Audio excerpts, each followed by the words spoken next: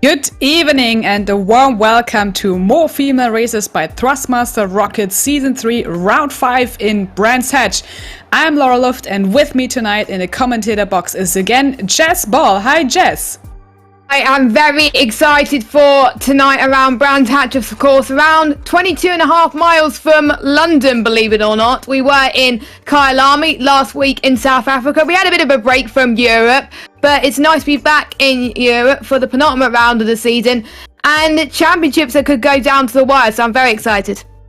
Yeah, me as well. It's quite getting close and tight in the championship, and we don't want to just put you onto a further waiting notice, and we want to just have a look at our standings in the championship and just discuss what we have seen in the last round. So we see the pro class where we have Map 1 Racing in the lead at the moment, as well as Anaj Competition and Jean Alesi Esports. So what do we had in the last round in Kyalami? We had Alu Gobi and Jens Kaiser who had a problem with the internet with Jens Kaiser, so they were then having to let Alu Gobi do the entire race, but of course with all the pit stops necessary, and they were just winning in front of Team Altea Buk and Simonini. They were coming in second place, and we had Sarah Doff and Olaf Savchuk in the third place for the pro category, which was unfortunate for the Roses, and we switched directly to the M class, where we also have now in the champion lead Team Cake, Angel Cake, who are very good in the lead with in terms of points, before Love 46 team and Mia Esports. And we had Josie Austin winning for the M class for the couple Ozretskovskaya in the second place, and Pierce with the number 152 having the third position from Kyalami. But let's look at the other two classes, and happy to turn over to Jess for the Pro-Am class, what we have seen in Kyalami and what the standings are. Well, it has been busy in the Pro-Am class at this moment in time. We saw Team Cake Cupcakes had a bit of a downfall in Kyalami, only finishing 5th in their respective class after getting 3 wins on the bounce. We actually saw Julie Redmond from CMS Pro Purple took class pole by 1.5 seconds over Sarah Fair and Seb Handler. And this sets her up perfectly, as there was 9 places between them and their rivals, and it eventually CMS Pro Purple actually went on to win that race. And we saw Hot and Spicy come across the line in second and Stride Racing in third position, and Team Cake Cupcake still managing to hold on to the lead in that class, even though they had a bad result last time out. Edison RST managed to gain on Team Cake Cupcakes in second position in the standings, Strike Racing in third, CMS Pro in fourth, Hot and Spicy fifth, and we've had TGN Ladies Racing in sixth. And finally, we move on to the silver class, and that is the championship that could be decided tonight if NSM Racing World Fins actually win the race tonight. And that is with Denise Pope, and actually Mr. Super Sub himself, Michael Hamlet, is actually racing with Denise Pope tonight. So nice he's doing a different team to the last couple of races, and wishing the best of luck for that. And NSM Racing are on fire at the moment, so we'll see what happens with them. And we have Turn 1 meets Brexit in second position. They've actually finished second in the race last week, with Turn 1 Diablo in third. And we had RAG Female Racing in fourth, with More Freaky Racing in fifth. Qualifying has just started, but we are going to take you on board with a hot lap by Team Cake Angel Cake's driver, Josie Austin. Hello there, my name is Josie, and I'm going to take you on an MFR tour of Brands Hatch.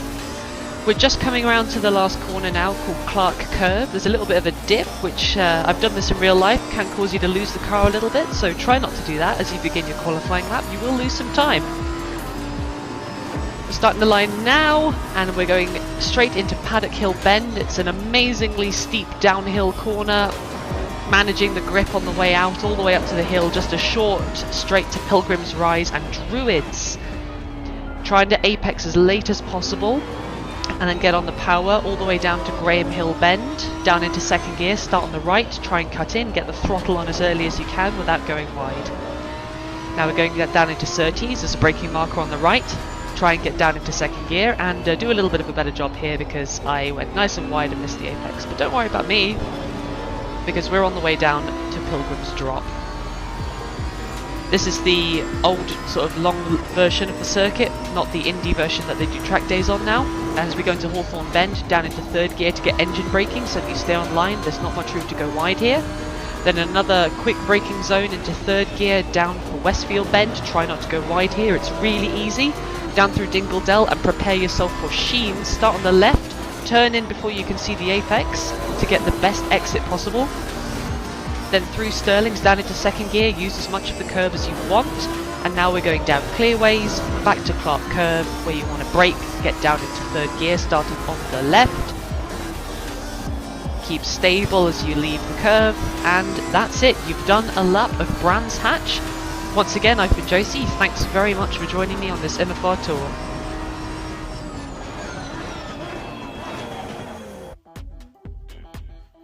And that was it, a round in Brands Hatch, the track which has actually been in the calendars forever in each sim racing we have seen so far out there. And I'm pretty sure that also, Jess, you have been on this racetrack at least virtually, as I did several rounds here in Brands Hatch, and there are some tricky corners which we probably see later as well, but also then was described right now of what we see. And actually we're starting then with the qualifying tonight for the first 10 minutes with the Pro-Am and the Am teams where we are at right now, and then later on we have the Pro and the Silver Class joining with the qualifying lap. And we are here with Julie Redmond and her CMS Pro Purple car with the nice livery. And it's interesting to see as well that we had so many M teams quite high up in the ranks, what we also discussed last time, that they were pretty good in terms of their speed, and also the couple with Odorezkovskaya and Odorezkovsky, they are pretty solid in their driving, and right now they are putting it on the first place with 128.248 with Lubov Odorezkovskaya. So they're pretty good, and we just hopefully see them just swapping then for the next season, not in the M category, but over to another one. And yeah, I'm pretty excited, and hopefully we'll see a great start, a great racing. And as you saw in what we discussed last time, Jess, it's amazing of how the drivers approach each track differently and how they train to be best on track. Yeah, exactly. And some of the drivers we were speaking to last week when they were in the podium interviews in Kyalami, they haven't had much practice. They weren't going to have much practice in a Brands Hatch. So for some of them, it's a completely new experience. But there's been many races in Brands Hatch in the SimGrid. We had Super Saturdays long ago as well, and the Spring Cup as well, and lots of other stuff, Best of British. So they are acclimatized to this track already. Some of these guys done in other leagues as well, but it's all about really how much time they actually got to put into this as well, because obviously they got other leagues as well to cope with too. So it's just how they pretty much balance the setup and also cope with their teammates as well, because we saw obviously with the Pro class, which we'll go to a little bit later on, how technical issues could not be very good, and that could sometimes cost you the race. But with Gobi, that really helped her actually take the win, and she had to pit for tyres, but to be honest, that was allowed, and she took a commanding win, the first actual win, which was not by the top two teams that were leading the championship beforehand, but we'll talk a little bit about that later on. Team Cake Angel Cake were the team that did not win a few weeks ago. They had 3 wins on the trot. They're looking to bounce back after last week's a few weeks ago calamities at the moment, but I'm sure they'll probably be better at Brands Hatch. We've got MIA Esport in the AM class in 3rd position right now, a few tenths behind James Austin as well. We've got Denise Joubert in 8th position right now in the black class as well, with 2 seconds off the pace at the moment, but they're just getting acclimatized to the track right now. A few drivers yet to set lap times. I think it's going to be a lot harder, Laura, with the track limits compared to a few weeks ago, I think. Yeah, definitely there are some spots, but still, at least luckily we do have Brands Hatch, where you still have some corners you can potentially quite have nice overtaking situations. But as they also said in the beginning, the problems which we normally have is Clark's curve, that you have to be really smooth, and this is what we see right now here, where Lubov Odorezkovskaya is hitting for the main straight, that you have to just position your car quite well. And then of course we have the braking zone where she's coming in right now. This is Paddock Hill Bend. This is kind of a tricky moment for every driver to just go down there. And also the Druts, this is kind of the last and small, and yeah, actually the slowest corner here on track, where you have the oversteer. And this is the kind of situation what I was just not hopefully referring to, but I guess this is the commentator's fault all the time, so apologize for that. No, it's always when I speak about it then it happens. depends. You have to position the car as well in this slow corner, right? Because if you're just too early on the gas, or if you just be a little bit too tight, then you have some oversteer, and especially in the Lamborghini, we have seen it. It could be a bit unstable. As we said, the teams have to be or are responsible for their setup on the cars themselves, and if we have new joiners on the SimGrid today, actually just talking about what's happening in the race. Then later on, as we see, the qualifying is taking still 12 minutes. We do have 2 mandatory drivers stops, so where we have the ladies, of course, starting. We have also mixed teams where you can bring your best buddy along, which can be a male driver, but the female driver have to do the start, and they also have to do the end driving stint times. And we do have times of 23 minutes per stint. What we also have seen is hot and spicy. Beate Bochenska, she is also always good for points and positions here on track, and looking forward to see how they perform today. So it's quite good to see that we have many teams as well searching for drivers, swapping for new ones, and preparing for the next season as well, because this is the 5th round. We have just one last round waiting for us, but today we want to focus on Brands Hatch, and actually that's the track where you have to be technical, you have to be precise, but it's so fun to watch and also so fun to drive. Yeah, it is. It's actually known for motorcycles. That's where it first started as well. But then it became more prevalent in 2006 with the DTM cars and the GTs as well. And there were so many layout changes as well, which people had to learn to adapt.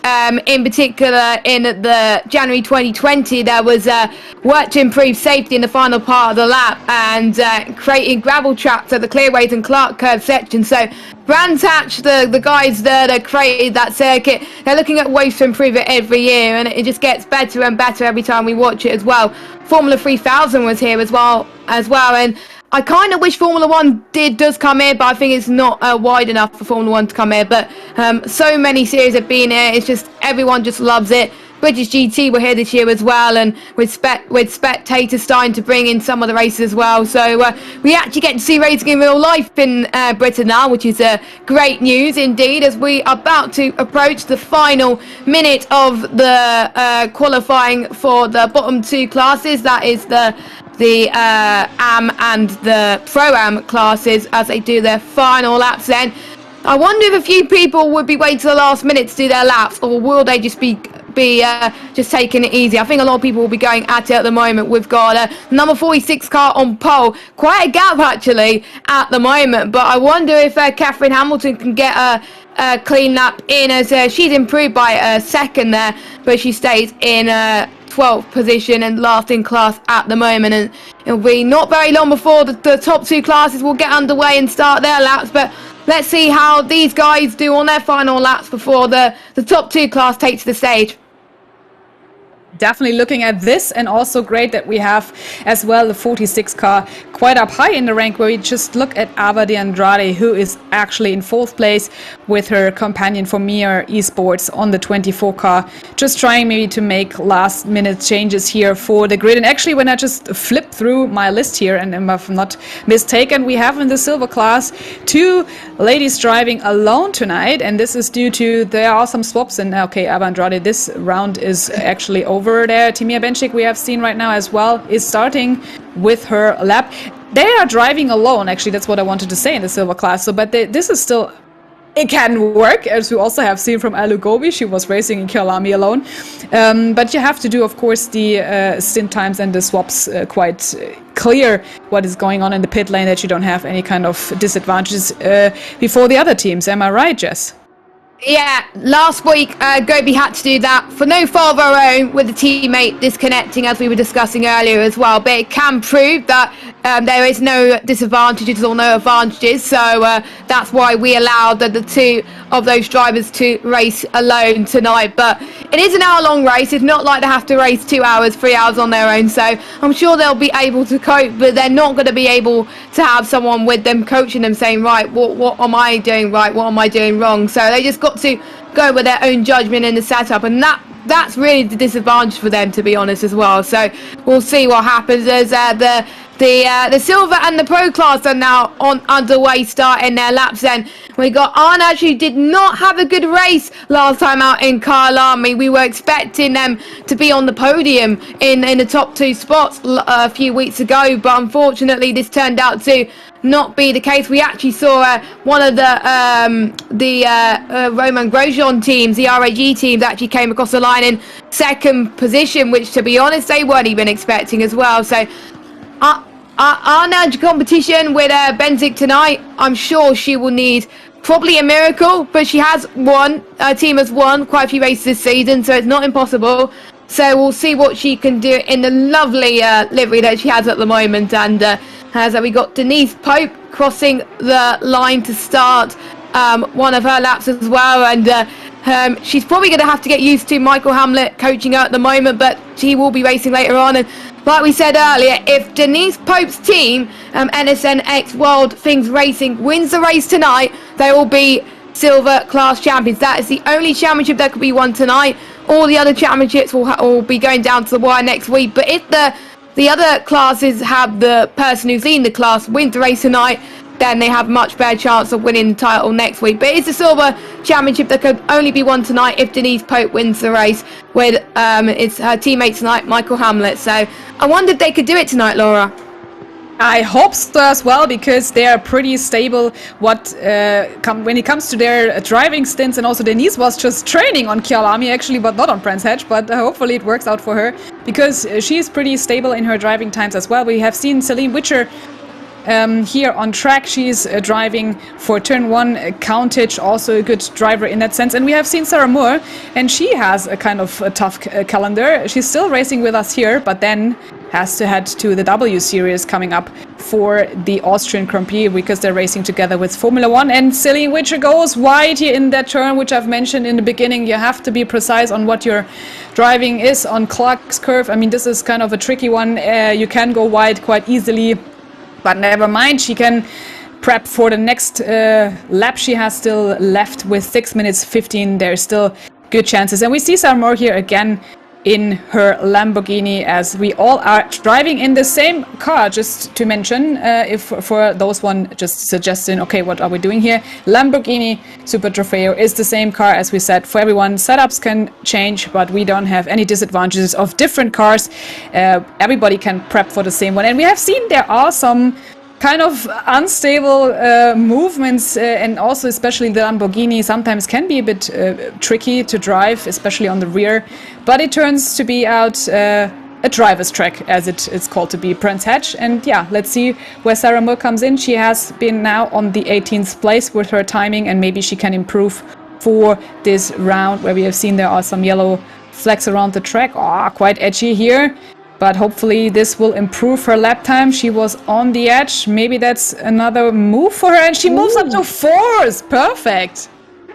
That was astounding from Samuel there. And I'd like to say on behalf of SimGrid, best of luck for the first round of W Series coming up as well. Hopefully it goes well. I'll definitely be watching it on this weekend when it gets to Austria. And Austria's a great track to open the W Series. So should be very, very exciting as well. Don't know how they cope with real life and sim racing on the side, but it shows that Sarah Moore is very committed. And if you haven't seen her interview yet on the SimGrid YouTube page, check it out. I highly recommend watching it, because it's very insightful with the way she prepares for her races in the sim racing world and in the real world as well. So worth a check, I have to say. 4 minutes left to go of the session then, and we got Gobi, who won last time out, who is 1:27.05 tenths clear of the AM class stripe, the number 46 car of I can't even pronounce the last name, I do apologise, but it's nice to see that the lower classes are actually performing better than the pro and the silvers, which I'm a bit shocked right now at Brands Hatch. But again,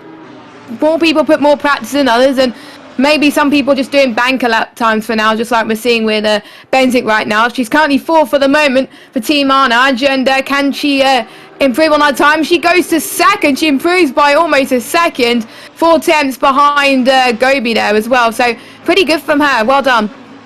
Yeah, and Team Mia and her teammate Adam Pinches, they are super when it comes to their driving times, super consistent drivers, and I think they have pretty found their setup on the car. They also both like, where we see Sarah Unwin on the 5th place right now, behind Sarah Moore, and we see that Luboresko-Skaya still on the 5th right now, where we see with Sarah Johnson in the GTWR Air 8G female racing. I mean, I'm just having problems with that pronouncing, but it's a long team name.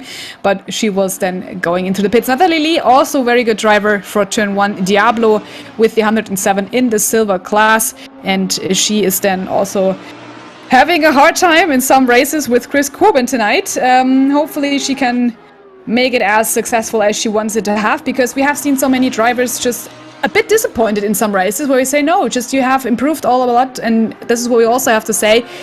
They don't have to be frustrated. Of course, I know I'm the same one. If I just don't miss my time and I'm just frustrated about in general, then I could just smash my steering wheel somewhere to the wall. But it's good that they all improve and they work together as a team. This is the most important thing, as this is our team sport. And Roberta Leska, she is driving right now for the 81 car. It sits actually in the 17th place, and the livery is quite nice. And I guess they have changed it, if I'm not mistaken. I think they have, and to be honest, that looks very, very cool. One of the liveries of the season, I have to say, as well. And the amount of time people actually design these liveries as well as racing, fair play to them as well. I even had a tiger in there as well. Pretty good. But anyway, enough about liveries, on to the racing as well. But I have to say, Turn 1, I think, is going to be a bit of an issue tonight with the gravel traps nearly in front of you as well if you go wide. So I wonder if people are going to have similar problems with qualifying towards the end when they're on their final push laps. We'll have to wait and see with 2 minutes remaining, of course. But it's, yeah, I have to agree. There's some times where you feel like other drivers are improving, but for you personally, even though you're improving, you think, oh, I'm still where I am. I'm still like near the bottom or near the middle like I was last season or last race or something. But if you got to really set your own expectations. If you are improving, that's the important thing. And that's how I've learned to appreciate my racing. If I know I've gone a bit faster compared to previous seasons seen racing, I know I've done really well. But obviously, you are a racer at heart. You want to score higher than you did in previous races as well. And I'm sure a lot of people would want to score higher right now, as we're seeing everybody about to finish or start their laps right now. And Gobi still in pole position, and look at the gap between first and second, Laura. 3/100 of a second separate between Gobi and Sarah Dove. Really impressed. Definitely, and Denise Pope is also running right here, trying to improve the last timings. And actually, I'm just wanting coming back to Roberta, because I was just astonished by what her livery is, because they are new entries. Sorry about that. So Roberta Leska is new entry in the silver class with Chiara Camoriano together on this car. So just to make that straight away clear. Denise Pope, pretty stable here on the 9th place. Probably she wants to be higher up. And probably there will be as well when they come into the race, because she's pretty strong when it comes to this. The qualifying is shortly ending, and Alu Gobi is just really pushing it right hard. And Sarah Dove also very, very good in the 2nd place, as you mentioned. It's so close together, and I guess that Brands Hatch is loved by many drivers, because if you look at the number 1 or the position 1 to 8, they are within 1 second, and this will gonna be really tight. Yeah, it is as well. Not that long to go, so plenty of chances for people to gain just a few tenths that they desperately needed in order to get into the crucial positions in the race. Gobi could not improve on her time, so she stays in P1 for now. But I'm sure other people could improve. We've got Natalie Lee, who comes across the line. She's in P6. We've got Alia Boak, who actually finished in P2 last time out in Kyalami. She was astonished that she finished there as well. And you are most famously known for her Twitch and YouTube content, which you can check out. I highly recommend it as well. She goes up the hill right now. She seems to be quite confident at the moment. I think they started quite low down last week, but they managed to climb up due to the instance from other cars. So it is possible, even if you start low down, to still climb your way up. So don't lose hope. So let's see what she does as she heads towards the final few corners. We've got Sarah Dove, who could not improve, but look at the gap between P1 and P2. 3,000 of a second. She was so close. But let's see what the number 150 car could do. Can they go higher than P11? P9 for her. Well, good job for her. And I think it's just Denise Pope coming across the line. And we've got Gobi as well, who's just finished as well, who is on their in-lap at the moment. So good start from everyone. Denise Pope could not improve, and I think, unless the 828 car could improve, that is the end of qualifying.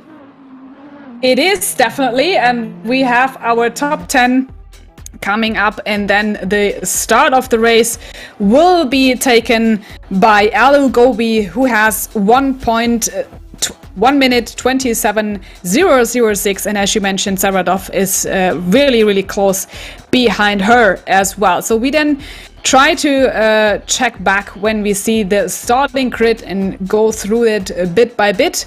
We have pretty strong drivers today, and especially also in the other classes, all are good together, but again, the married couple, Lubov Ozaretskovskaya and her husband, they are always quite high and starting from the 5th place in an M car. And this is, again, I'm always really impressed of how they do it and how they perform. It's really outstanding. Sarah Unrun on the 4th place. She's the one in the first silver class, and we have then the pro class, the first 3 being on the starting grid. And actually, I'm already getting nervous as always before race, because I'm so super excited to see how this will turn out tonight. And yeah, I'm quite really happy with what they have performed here on the track. The place 1 till 8 within a second. That's going to make the racing even closer for sure, with that separating by a second. And I mean, anything could go right, anything can go wrong, and it usually does. So it only takes one small mistake for any one of those teams, and then the other teams are just right near the front again as well. And to be honest, the husband and wife, I got to say, they got to move classes next season. I have to say, they're performing so well. Even they may jump a class or even 2 next season. We don't know. We saw that with the Map 1 racing car, who, don't forget, they were in silver class last season. They were in pro this season. They went on to win the race a few weeks ago. So it is possible at the end of the day. So it should be a lot of fun. Just because you're in a lower class, it doesn't mean you could score. Like, it's the points that you score in your class, not overall, that contributes towards your point in the standings. That's the most important thing as well. And just a quick reminder, the females will be starting the race. They have to, and they also have to do the end stint as well. So it should be interesting there as well. And don't forget, we are sponsored by Thrustmaster Rockets, of course. We have 2 sponsors actually in the SimGrid more female racers. You can use the code TMRockets10 for 10% off when purchasing products on the Thrustmaster store. And if you want to get privacy on your web browsing experience, you can get 3 months free on ExpressVPN by going to expressvpn.com/SimGrid. We won't keep you waiting that long. Let's get on to the starting grid, Laura. Yeah, we have Alo Gobi in the first place, in front of Saradov starting in second, Fortimia Benchik on the third one. Sophia Andren starts in the silver class on her first place, but here on the 4th in the starting grid. As we already said, the married couple, Oreskovskaya and Oreskovsky, starting from 5th, where we have Natalie Lee starting in 6th position. For Jenica Mugli, also very good position on the 7th here. Sarah Moore starting 8th. Pretty amazing to see how the jump start will be here for in front of Denise Pope. She's starting in 9th position. For Althea Book in 10th with a number 150 card. And we have Sarah Johnson on 11th and Celine Witcher on the position number 12. Josie Austin is starting in the 2nd place for the M cars, but on the 13th grid here, 13th place before Edwards on 14th, Ava de Andrade in 15th, Sarah Fair starting in 16th place before May and Redmond on 17 and 18. We have also Leska, the new joiners with the silver class team, starting on the 19th place in front of then Bochenska, starting with the 997 in the 20th place. I'm a bit fast here because I'm just trying to see how great deliveries are, and we are still on the 137, which we have seen on the left side with Josie Austin on the 13th place. So good to fly through the starting grid. It's super long, as we see here in Brands Hatch, and don't want to miss out.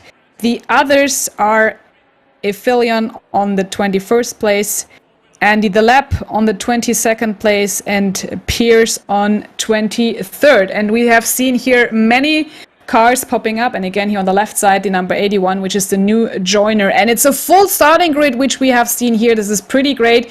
You see the starting line is ramped up, and I think we will have interesting corners 1 and 2 right from the start, and hopefully no crashes, but we will definitely see some position changes.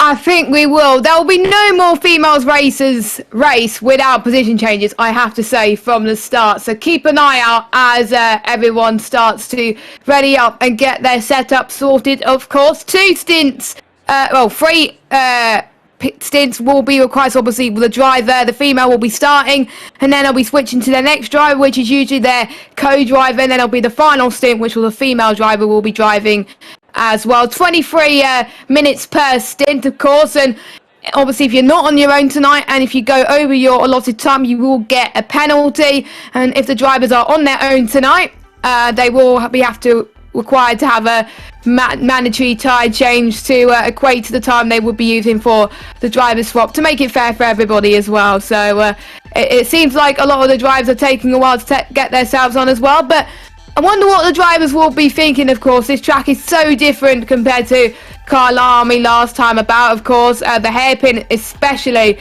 is going to catch people out, like we were discussing earlier as well. And there's a few other corners as well, which I've gone off quite a few times. In particular, after Sochi's, and you there's a long straight there going into Hawthorne as well. I just tend to go wide quite a lot, so we'll watch out for those situations as well, of course. And hopefully these drivers won't get any damage, because obviously they won't be allowed to take their mandatory pit stops for a little while now, so they'll have to make sure that they can keep it clean as much as possible, because once they've done 20 minutes or 23 minutes, then that's when they're allowed to pit and do their driver change. So I can't call who's going to win. I did put a question in the chat on whether Denise Pope and Michael Hamlet are going to clinch the silver championship tonight. Do you think they're going to clinch it tonight? Let us know in chat, and we'll see what happens. They have won quite a lot of races, so we'll have to wait and see as they're about to start the formation lap and get underway. Exactly, and we still have 26 cars on the 24th place. I just didn't want to miss out. Denise Joubert also quite strong in the first races, with Charlotte Robinson on 25th, and of course Catherine Hamilton on the 26th place. So 26 cars, 26 teams, as to be precise, because it's just not a single driver. It is a team sport where 2 drivers are competing together, and now it's important to get the brake temperature right. That's especially for the first corner quite important, and also heating up those tires, because you want to have grip, and you need grip in those corners, as they are quite slippery if you're trying to push as well for the overtakes, which we definitely will see in the course of the race, because last time it was the same thing, that in the second stint we had the female racers being swapped to their teammates, and there was also a push. And sometimes, depending on the strategy where you come out on track, even if you are in the mid-pack and trying to do undercuts, this is what we also have seen from the Roses, which are actually the aliens, especially on track. But tonight I haven't seen them joining, so that is actually where they dropped out, and I'm not sure why, but I haven't seen them here on the grid, which is actually a bummer, because those were the aliens in the first races, and we hopefully see them back joining with the 956 car shortly then for the last round, because they were super strong, right? So nobody could actually beat them, and now it's up to the others to make their ways up, and it's quite an interesting time to see who is pushing there. But I'm not doing any kind of discussions who's winning, because normally I'm losing, or especially then the drivers have this kind of problem in the end, that I say something and luckily or funnily they don't, they make mistakes. This is why I don't want to jinx it, to be honest. But I wish every driver pair and every team pair here good luck, where we see them piling up in double files here for the start of Brands Hatch. And I just start with then the race start, and you can then take over, because I'm out of breath, I guess, after the first 2 corners, because we have so many enthusiasm when Jess and I commentate, because we can feel the pressure of the drivers when they come down. Now in the last corner, on the main straight here in Brands Hatch, and the start will soon be given free for the more female races here by Thrustmaster Rockets for round 5 in Brands Hatch, where they're coming up nice and tidy here together. Nobody wants to give up the space. Everybody is close and just lining up, not ideally on the left side, but the start has been given for everybody here, and we already see the flashlights, but a very good start from Alu Gobi in the 21 car here around the first corner in Brands Hatch. This turned out quite pretty well, and we have seen that all the others did not make any mistakes going into turn 1 and also turn 2, so that was quite clear what we have seen here. And Alu Gobi is trying to make her way away from Sarah Dove, but she's still in her slipstream, also with Timea Benchik just trying to follow through, where we also seen Sarah Onren going a bit wide in the outside, but a pretty decent, solid and super clear start. Yes, good job from Gobi as well. Obviously, in the last race we had at Kyalami, we saw Gobi actually take the lead from the pole sitter as well. So this time we are seeing the lead not changed into the very start. So it shows how Gobi is actually really, really fast and keeping her momentum as well. We are seeing a bit of a gap towards the back of the field. They may have had some incidents earlier on or something like that, or they may have went off a little bit. But everybody else seems to be closer together, which is good news, good way to start. And I was expected to want to be a little bit more carnage, but at least they are not, which is great to see. And good job to Sarah Moore as well, who's in P7 fighting with Denise Pope. And Natalie Lee is actually leading the silver class right now. So as it stands, the championship will be going down to the final races. We've seen a few trips to the grass there, which is not ideal with your tyres, but we could see the 150 car in the pro class really catching up to Denise Pope as they head towards the start, finish straight to start lap 2 of this race. You could see the slipstream that Bogue is trying to get from Denise Pope, but unfortunately she couldn't quite get the move done as they go up the hill, then heading towards the hairpin of Druids. And I'm surprised not many people at the front are making mistakes. This is what I like to see. The front two are absolutely checked out at the moment, but everybody else home bouts up in front, and we almost saw the person in front of Andy lose it there. And we also have Johnson and Lisa battling with each other as well. As we saw Andy the Lab going side by side on Spicy, and they made a bit of contact as well, which demotes the 316 car down quite a bit to P23 on the track, and not doing very well in class. Meanwhile, Denise Poe is fighting with, I believe, the number 26 car of Sarah Moore, still going side by side. It's hard to go side by side around this corner actually as well, but Denise Pope is doing all she can. She's got a few more places to overtake, and then she'll be the silver class leader, but she's just taking her time. She doesn't want to gain too quickly, because otherwise mistakes happen. We saw that from some people last week who were just a little bit impatient, so she's taking her time, and that's what I like to see, Laura. Definitely, this is great that we have already this kind of, great start here for this race, where we see that the number 57 is standing in the pit lane for quite wide, Julie Redmond, so there must have been a not good a start. So she's standing still in the pits. I'm not sure what happened there, but would be unfortunate for her. Standing there, we will see Denise Pope is on the run. She is making pressure for Sarah Moore, and very good to see that everybody at least has a good stable car with the Lamborghini Super Trofeo coming down here into the second corner of the track, which is the slowest part. And there we had seen some kind of rear slipping, but not from these ones. Denise Pope is really good on track, and also behind her is Althea Book in the slipstream. So very cool that we have so many groups around it, and this is what I also really like, that even though, especially in the front, they try to make gaps of 1.6 or 1.3 seconds, the rest is staying close together. And this is really important if you're on the track, that you have people to fight for. And we see the start replay, what has happened there. There was quite a big gap in the back of the grid, and everybody was trying, at least on the left side, not being precise. And there was a little touch, but the start as well was good from what we have seen here, overtaking in situations, and then there were some contacts in the back of the field. And this is the problem if you are in this kind of mid-pack field and you just go 3 wide into this corner, then we have these kind of situations where you just touch each other. But we have the race control watching. Yes, there will be race control checking out every move from these drivers as well. Obviously, we will keep you updated for any penalties that the stewards decide to make. They monitor this race as well to make sure that they behave fairly. This time, Denise Pope was going to look to go around the outside of Sarah Moore, but again, turn one is very, very tricky for her at the moment. Let's see if she can try and get past Sarah Moore into Druids then, into this hairpin. I don't think she's going to do it, unfortunately. She's just tucked right behind Sarah Moore at the moment. But to be honest, she doesn't need to score that well. As long as she stays consistent, and Sarah Moore's actually gone into the grass, that's gained a bit of time for Denise Pope there, right behind as well. And there's also a train with Boak and Emron as well in P10 and P11 overall right now. This could get very interesting with the train starting to go as well. Meanwhile, we can see Sarah Fair from TK Cupcakes trying to go side by side, but with Robertson in the number 11 car as well. Two different classes fighting it everywhere. You don't really want to be fighting too much, but there's some people that want to fight for overall positions because it's just for pride and glory at the end of the day. A reminder, you get points based on not your overall position, but your class position. If you score well in your class, then you'll get the points, and that's what Sarah Fair is trying to do in I believe she actually leads in the class as well, so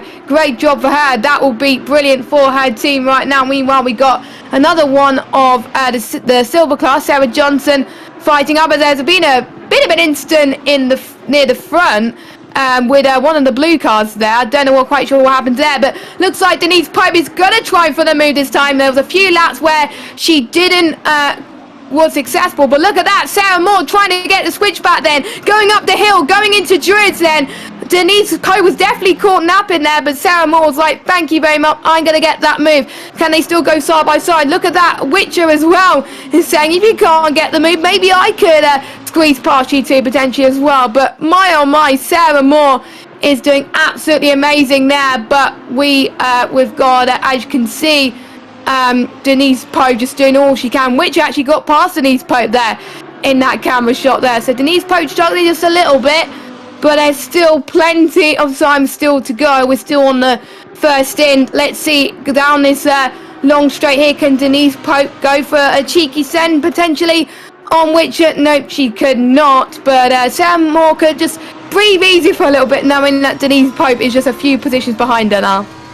Yeah, kind of, but Althea Book is in the back of her pack, and this is what we always call the lucky third person wins then in the end, because Althea Book can just now see what's happening in front of her if Denise Pope and Celine Witcher have this kind of fight on the track with Sarah Moore as well on top of it. But great to see that these three are close together, and this is a position change or a position fight. Oh, where she's going a bit wide here, Celine Witcher, and she's having a hard time to defend her line, but she still does it, and Denise Pope is in the back, and Althea Book just tries to sneak in here as well, but great that she could recover for her kind of packs. And then also we have a 5-second penalty already coming up on the screen for the Odoretskovskaya, and there is a spin around in the corner, which we have seen on the stream, but cars are still running, and it was, I guess, the car number 11, Charlotte Robertson, who had kind of this problem, but still running wide now. And it's great to see that we have this kind of battle with Denise Pope, Celine Witcher, and Althea Book, where Sarah Moore is kind of having a good time now. She can escape these three fast and furious ladies behind her, where they're trying to fight for position. And this is still even 51 minutes in the race. We still have to go, but this is great that we already see these kind of fights on track. This is what we actually want to have, this kind of close battles. And also Sarah Onren, she's happy because she can just close the gap as well. And Gobby's probably happy as well, because she is leading quite commandingly out in front as well, 2.6 seconds over Sarah Dove. Hopefully she won't be plagued by her teammates' connection issues this week, and they will be able to race properly tonight as well and have her teammate help out as well. But I know Gobi did absolutely fantastic in Kyalami, winning the race on her own, and with the extra tyre stops that she had to do. So 2.4 is brilliant. Not the battle that we would have liked to see, because we would have liked to see a battle for the lead, but at least she's having a commanding lead at both best at the moment. But meanwhile, currently P2 in the standings, not doing very well in overall at the moment, as she's 11th overall, I believe P4 in class.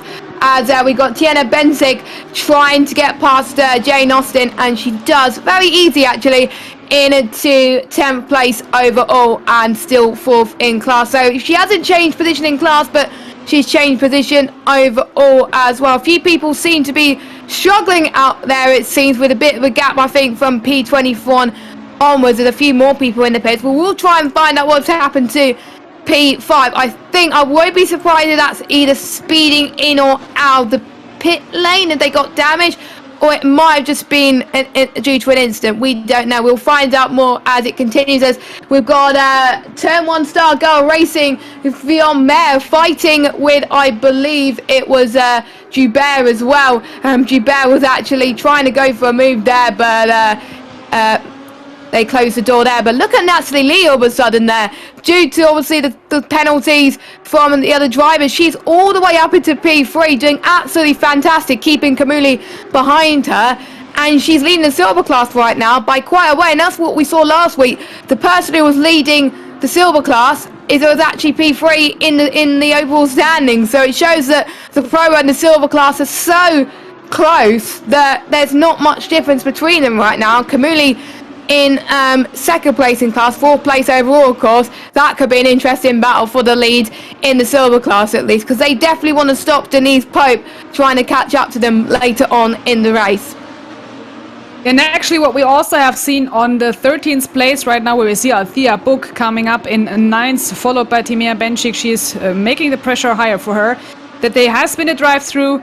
This could actually be a manual given by the race control, but also from the systems if you have too many cuttings. And this is, I guess, what we have here, because the race control, I have not seen any kind of big impacts right now. So I guess this is from the system. And then we are still trying to see how they race each other. And this is great. Look at this. We have Denise Pope, we have Althea Book, we have Timea Benchik and Sarah Onran, all 4 together, super close, and trying to win their battles on the track and making it great. And also what we see then here, that Timea Benchik is always ducking her nose in and trying to make a move where Denise Pope was a bit out of track right now. And this could be the good position for Althea Book. She's in there giving it a bit of a nudge when she comes into this corner and trying to be side by side going into this kind of starting grid position, where Althea Book is now in the sandwich position. She has to keep her eye on the front, and also great move here from Timea Benchik, and she made a move super smart. She was 4th, and now she gained 2 positions by overtaking those ladies were battling with each other. And this is what we can see, because you always are the lucky winner if you just wait for your position change on track. This is why we now seen that Timea Benchik is in front of the pack.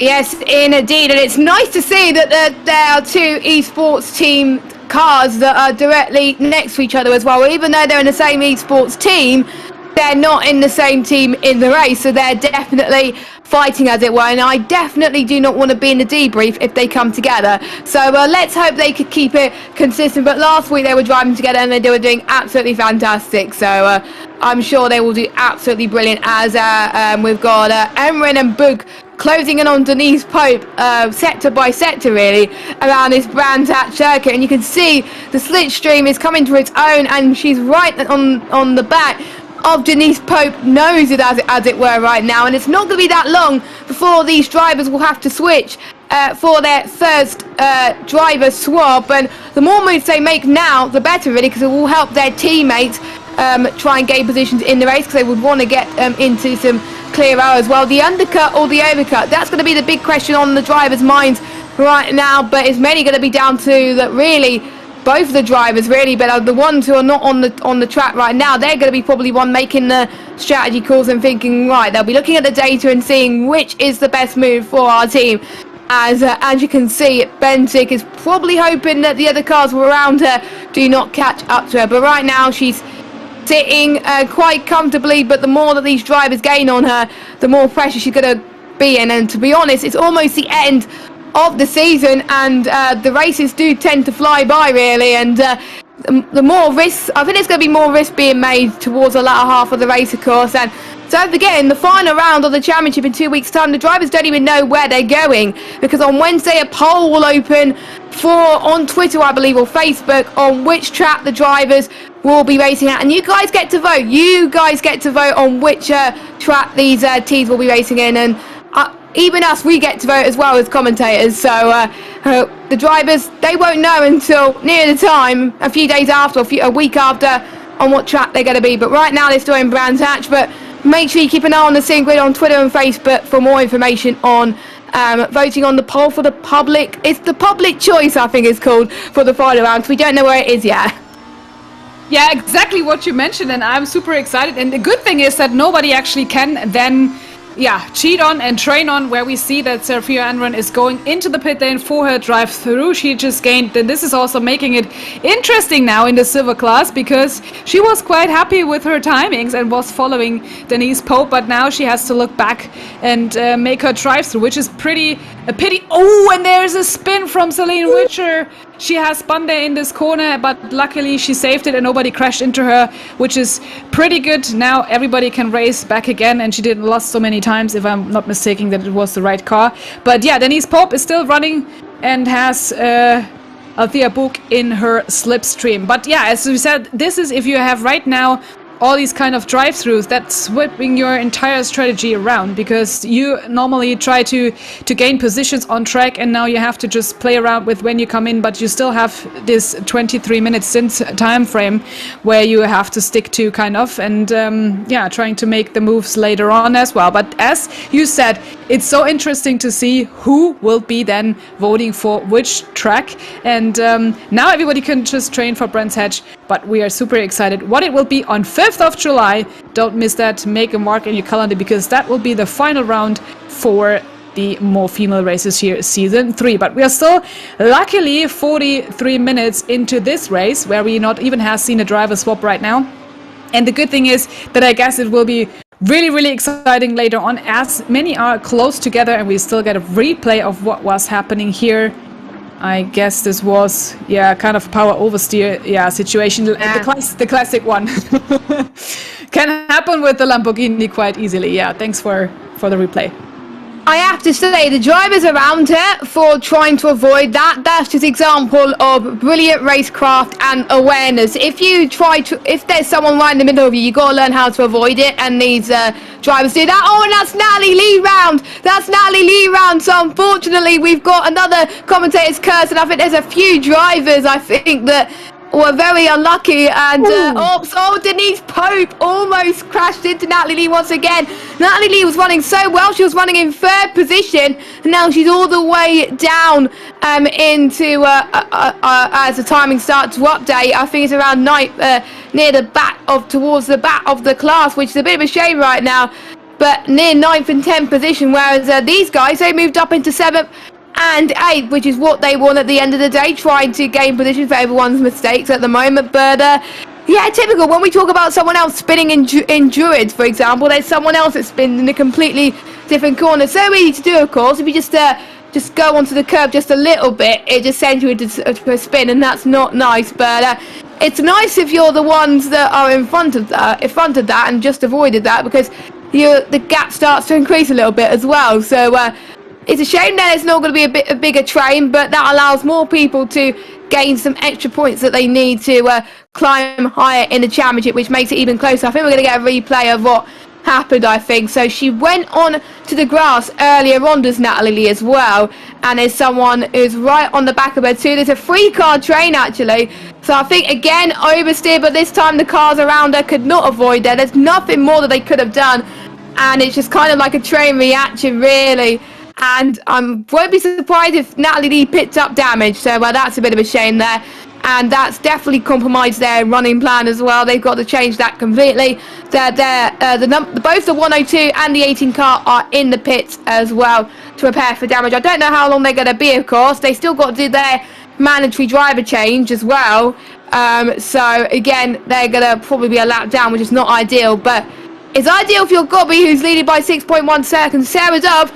Unchanged from the front. There's pretty much the top 2 have unchanged since the very start. So they've avoided all the drama, all the trouble, of course, and great to see right now. 3 more minutes though before we see our first driver swaps from the leaders and are the ones who didn't get damage, of course. I was just saying heart attack. Don't give me heart attack, ladies. I know this myself. When I'm sitting in the car and you're just like on the edge and trying to make all the different kind of points and seconds on the grid, and then you have this kind of heart attack moment where it's like code brown, as we also wanted to say and call it in sim racing, which is a horror because you scream on with your teammates. You just scream on the Discord chat or wherever you are in the TeamSpeak. Or I mean, this is horrible, yeah, because you can't do anything, and if you then be hit by others, not of course, yeah. They can't do anything, right? Because if you just spun there, this is the problem, and also is a heart attack moment. And we see here, but good overtaking situations from Sarah Moore. She's quite jumping up and then trying to defend herself against Timea Benchik, but she's also really pushing hard. But great to see those two also fighting together. And I've seen a drive-through. I couldn't see who was getting this, but I guess some of the ladies who are then also in the pit right now. But yeah, what a moment.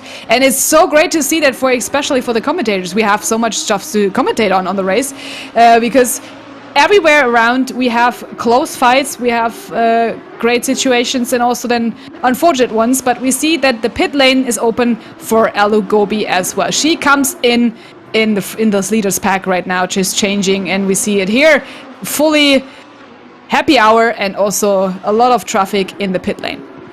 Yeah, she wants to do the undercut, I believe, as well, which could make a difference. It could make a few seconds difference to whether you come out in first or second as well. So I wonder what Sarah Dove's team is thinking right now. Maybe they're thinking about pitting, but we're seeing the number 46 car doing exactly the same thing. The 977 car, Benzik as well. Sarah Moore coming into the pits as well. I wonder if Denise Pope will pit, yes, as well. So I wonder if Sarah Dove is probably regretting not going into the pits, as I see most of their rivals coming in. Kamuli hasn't pitted either, and Austin has not pitted either. So at least she's not alone in that regard as well. Don't forget, some of the drivers though will be, I think there's a few teams that are racing on their own tonight as well, so we'll have to make the mandatory tyre change as well. So we'll keep an eye on if those teams do that as well. Sarah Dove having a little bit of trouble getting past some traffic right now, which is not ideal. She kind of wanted clear air to make sure that she could get ahead of the likes of the Kaiser, who is now in the car instead of Gobi. Luckily, no connection issues, touch wood, because Kaiser is in the car. So at least Gobi can now take a little bit of a breather for 20 minutes before she's back in the car. As Sarah Dove finally comes into the pit lane, there's a few other cars in the back markers are also coming in too. So it's going to be a busy pit lane, I will have to say. We'll keep an eye on Kaiser from Map 1 Racing to see where they would slot in once Sarah Dove comes out of the pit lane. And we've got, I think, I want to see if Kamudi and Austin comes into the pits. Kamudi does come into the pits, the leading silver car on track right now. And obviously we've got a few people that have already pitted. The leading car that's pitted is Cross, the number 26 car, and Michael Hamlet as in the car now, the leading silver car in the standings there for Denise Pope there. So be interesting to see how he does near the front of the field this time, but I'm sure he likes the track anyway, and I'm sure he will do us proud, us watching in the commentary box. As we can see, Sarah Dove's teammate coming out, and we got Gobi as well, and Kaiser actually, and it looks like Sazak is in the lead there, unless it's changed a little bit. I'm not entirely sure, but no, Sazak is in P2. So yeah, so Gobi managed to put a brilliant in that for her teammate Sazak, and no, other way round. Sorry, yeah, Kaiser. Sorry, so Kaiser is now your race leader, and I'm sure Gobi will be very, very happy about that, I have to say, and I'm sure it's going to be, it's not going to be plain sailing as it's closer than it was in the last stint, but still plenty of action still to go for all the drivers. And I believe everyone apart from Ozlaska, who is still in the pits, has made their mandatory stop. Redman, I think, has still got to make their stop as well, as we're seeing a few black markers moving out the way. It's very tricky to move around the way of this track, like we said, Laura, because it's just so narrow. Yeah, and also we have seen that there was a contact between the sister car of Sophia Andron in the back, so kind of coming back out of the unsafe return kind of thing, touching each other, but it's luckily working out quite well. This is getting really close, and I just didn't want to say it, but the pit lane exit is quite also the important thing where you have to just watch out, and this was heavily incident right now here on the track, but hopefully they don't get any points from the race control, because you have to just keep an eye on the racing line who comes out of the pit lane. But of course the cars are not that damaged, it looks quite good, and Sophia Andron is hitting the track again, the teammates together, and she's trying to overtake now the 104, which is then Jackson in that sense, and this would make her way through. But yeah, it is quite of a lot of things going on, and also where we see Kirkith for turn 1 countage here with the car 100 under pressure from Coben. So this is really so much difference respect to Kyalami, because we see so many people trying to undercut, overcut, and also what we have talked about, as you see on the track map right now, so many people are in the pack directly coming into a field right now where we see Henry Conway also in the sandwich here from Coben and Simonini. So this is where the traffic comes right now into play. You have to fight for position even in the mid pack, and everybody is so close together. This will be really interesting before they make their second pit stop. We have 34 minutes into this race, and I mean, Jess, this is, I thought from Kyalami it couldn't get any better, but it is getting better. This is so great to see how many people meet each other on track, which they have normally done before, and they race like really brilliant.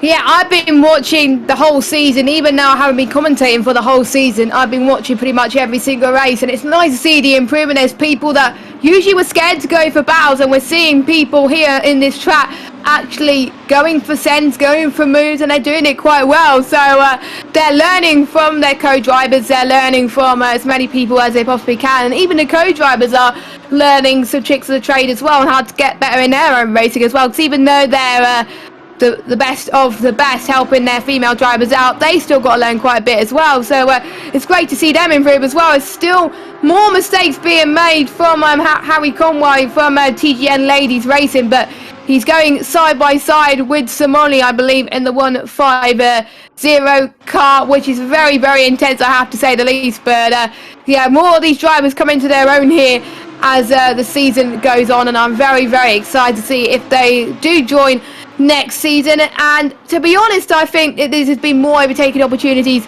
compared to Kyalami, and since it's not that long to go until the end of the season, I think I'm not that surprised on why they go for moves now, because if they don't go for moves, then that's crucial points being lost in the championship. And meanwhile, we're Adam Pinskid from Arnage versus Crows in the number 26 car, fighting head to toe right now as we head towards the end of this lap. Then they've been fine for pretty much most of this race so far, of course. Don't forget Sarah Moore was in the 26 car, and they've been doing quite well in the number 26 car right now in Team Silver, of course. I'm sure they'll be very happy to be getting a podium as well, and with Michael Hamlet being, I think they were low down in Silver class, now they're in P3 in Silver class, so it's great to see as well the train growing as we speak as well.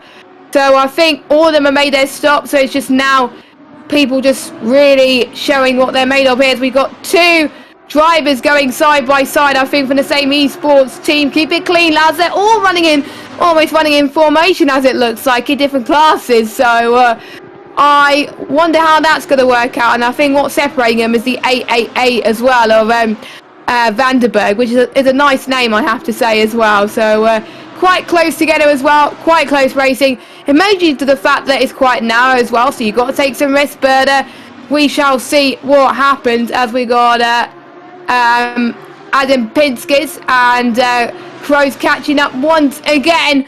I wonder if they're going to go for the move on the next lap. I think I'm seeing the top 26 car trying to go for the send. He almost did, but Adam closed the door quite nicely there, heading towards the final few corners. This is just very close. I like this, Laura.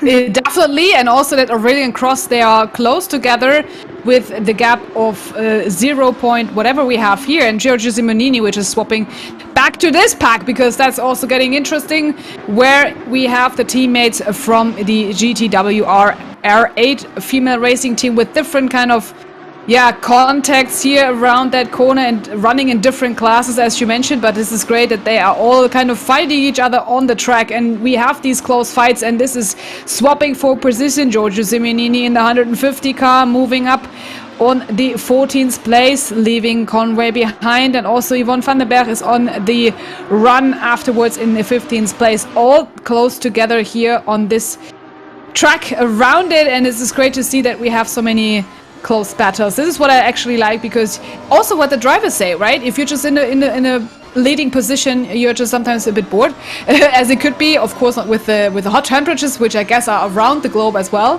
where you're sweating in your simulator. But it's great to see the hot sim racing action on track, because that is what you want to have, fighting for positions, not making it only in the pit lane or having other teammates just helping you out, because you have to make the appointment, you have to make the statement on the track, and Giorgio Simonini is on the run.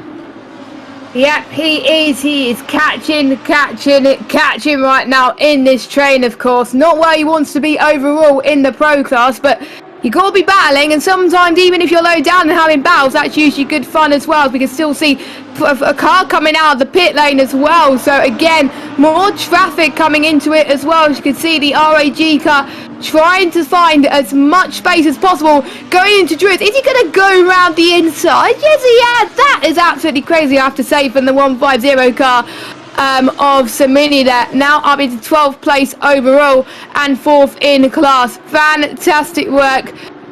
Even though you're lower down in class, it's great to see that you're fighting for places overall. That's what we want to see in sim racing. Of course, you get better and better by the lap. I think these drivers are starting to get into the rhythm as well. Not many people making mistakes at the moment, but let's hopefully I haven't jinxed any of these drivers, but we shall see. Of course, a quick rundown of what's going on with Harry Conway's team, TGN Ladies Racing. It looks like he was going to go for a move on he's the number 100 car as well. Don't forget Natalie Lee had a bit of an issue earlier on, as someone else has had an issue as well. I think, I'm trying to think, is that the Racing Point team? It looked like similar livery, I'm not entirely sure, but someone has gone off anyway in the grass. I think there was no damage there. There may be a little bit of contact, but we'll see what went wrong there. But that's allowed a lot of people just to climb up just a little bit as well, and as I said, they're not making any more mistakes, and then suddenly they do make some mistakes. So I won't say anything more, as you could see some fighting in the front of in front of Chris Corbin right now, and he's actually going to go into this as well from turn 1. Diablo, who was actually second and third last time out in Kyalami in qualifying, and he's also gone for the movement. There's a bit of contact in the background, and I'm just trying to see who that was. That was the 100 car of Heath, I think, that went off. That's a bit of a shame. Again, like we said earlier, Laura, very easy to lose it there, and someone else has lost it as well there too. So yeah, I think it's just the temperatures as well that are finding it difficult, and just the runoff area as well. And I think it's just that mindset. You got to forget on what the bad things that happened and concentrate on the rest of the race, because if you let the bad things in your mind, it will probably let you start driving aggressively. We don't want to see aggressive drivers. We want to see people actually go for it in a positive manner and have some great battles as well. And it looks like Cross there and the number 26 car is edging closer to Adam Pinsky, which is what we like to see right now. Crucial championship points for both drivers in the mix here as well. And obviously Adam Pinsky is third in class, and Cross in the 26 second in class as well. So they'll be getting some decent points there. With 26 minutes left to go of this race, not long before the drivers make their final swaps, where the females will be racing once more in just a few moments time. Yeah, and also what we should not forget is that actually this race has so many new drivers joining as well, because we do have people like with Eskiel Montero and Aldana Frau. They are just new on the SimGrid. Also Roberta Leska, Chiara Camoriano, they are also new. Kirk Heath we haven't seen, and also Jerry Lipponen. So there are new drivers with Charles Solberg and Trevor Jackson, Heather Rungsitter. So there are also many people who have not joined the last rounds maybe and then come back, or have completely new driver swaps around for this race here, and this is great that they still have the elbows out. This is also what the chat mentioned. So is this not, I mean, it's like the pony park, right? So we are driving with some Lamborghini Super Trofeo, so they have to make their positions on track, and also it's close in the championship where they have to make their points. Aurelian Cross here trying to close the gap with Adam Pinches. So this is what I mentioned, and also what you said. If you are new to the series and if you have not joined the other races, it's about teamwork and team effort. And we see here also the new joiners for this round completely with a new entry, which is Chiara Camoriani with Racing Point Race Simulation. So completely new team who is joining just for the 5th round here for more female races, and all in 16th place. So you have to make your way through the pack. And as you see, still on the track map, there are so many close fights together with already well-positioned teams on the track. And as a new joiner, you have to work your way through and also try to make a smart move, which we have seen already so far from many drivers on track, which is brilliant to see. And also that the gaps are not that big as they normally are. We see Adam Pinches, Cross close together at position 4 and 5. We have 23 laps from leader, which is Alu Gobi and Jens Kaiser. And we also see that there are also many movements in the backpack of the field. And they're trying to overtake no matter in which position they are, and trying to make their moves right. And this is what we see here as well, where Chiara has a bit of a trouble making her way through, being now on 19th place. But it doesn't matter, right? If you're a new joiner, you just have to learn from the best, and you can just be prepared to get teammates helping you out on the track. Yeah, I always like the experience of actually having someone that has been there, done it for quite a few races now on the track with me, because you can actually learn from them in terms of their pace, if you can keep up with them as well. And if you can't, you could see their driving style right in front of them, as well. So it inspires you to do better, because usually when I race, if I see a driver which is close to my pace getting better and better each week, it spurs me to do well as well. So maybe we'll see the new drivers and the new teams do much better as the races go on. And like we've seen with the new teams that joined at the start of the season, we've seen a mega improvement as well. Someone's almost had a bit of a slide in the background there as well, which is not ideal, of course. I think it was Handler that had a bit of a slide there as well, as we're almost at the point where this stint has gone ever so fast right now. I have to say, Handler doing a lot better job compared to last week. He is doing absolutely fantastic right now in the black class, and is actually leading it by quite some margin as well. And like we were talking about earlier, great to see the lower classes doing better than some of the actual pro and silver teams. So I wonder if it depends on the track, but in a way there's a lot of drivers that put a lot of practice in, and you could tell which is their favourite track and which is not. And I think from Handler's case, it is his favourite track. He's not in the battle right now, but that's going to give him a good buffer in terms of pit stops potentially. He's got Lloyd Davies behind him, but it's not for points in the championship. So at least they're going to have a bit of fun later on in the session then, as we could see. Cross dropped a little bit from Pinches actually as well. Only 3/10 per second as they go downhill as well, but I'm not sure it's traffic that they're in front of at the moment, or if it's actually for position. But I do believe it's traffic, as you can see Pinches trying to move out the way of the other car. Actually, no, it's not for traffic. It is for position. So, but it is for a different car. So I wonder if Pinches is actually going to fight for this, because he'll be obviously close enough to the nearest class. But to be honest, the main focus is to make sure you get that podium position for your class in order to get the points you need. But we'll see what he could do as Pinches lined up towards the start finish straight, then heading towards the pretty much potentially for the final time, I think, before they go into the pits for their female driver swap, heading towards turn 1, going down the hill, then up. Just such a nice gradient, as you can see right now. And Cross is actually just tucked in quite nicely as well in this battle, which is absolutely brilliant to see as well. Don't forget to follow us on Twitter as well and Facebook for more information about the public vote on Wednesday for the track, and you can get 10% off for Thrustmaster products, because Thrustmaster Rockets are one of our sponsors for more female races as well. So I wonder if some people are going to use the undercut this time, for those of them that haven't used it last time out, or will they just be going for the same strategy? There's still people trying to move out of the way from traffic, which they tend to do right now, which is good news. So they can carry on with the battling, and it's like it's the final lap of the race, the way these drivers are battling right now. But these guys will have to pit soon, so that is why they're fighting too much. As you can see, the number 977 car trying to get past the 101 car of Lipponen. Nice lane there as well, but unfortunately they can't quite do it. Yeah, and I'm trying to follow that through, and great to see that we have so many overtaking situations. And I'm not sure if the chat is not able to hear myself. Maybe it's my bad internet connection, could also be. It's quite warm in here, and also we have already, my laptop is running since several hours, so could also be, apologize for that. I'm trying to scream already into my microphone, which is actually top of my head. Adam Pinches, right now in the second place, is where they normally want to be, but actually on the podium it would be the number 1, which is there looking at. But Adam Pinches is on the move, but still under the impression and also the pressure from the guys coming in. And Sebastian Handler we've seen in the 3rd place, and Olaf Savchuk is now in the pit lane. This is where we have the pit window open again, where people are moving in as well. And this is great that we have these kind of battlefields in the silver, in the pro and in the M, kind of in the first 1 to 10 places, completely mixed up, and we have 2 M cars in the first 10 positions.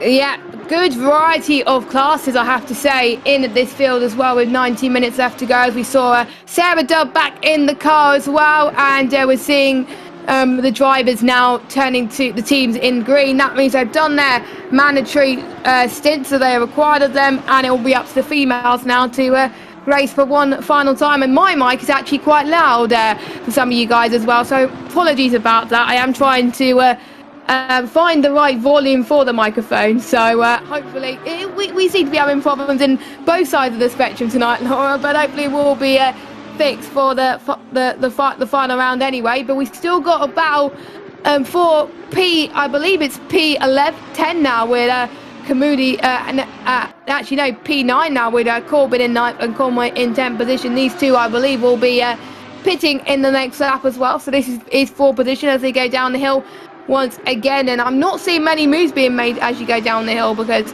we've seen in other spec series that could lead to all sorts of problems in different spec cars, and you definitely do not want that. So thank you for listening so far. And as it stands at the moment, with the way that these cars are driving at the moment, it doesn't look like Denise Pope's team is going to win the title tonight, but it gives them much of a high chance of winning it next week, of course. And that means all 5 championships could be decided next week in the public choice event, which 2 weeks time in the public choice event, which is very exciting, as we're seeing one driver going into the pits. That is Sebastian Handler, that comes in to the pits to switch to his teammate. And we also got Corbin in the pits as well.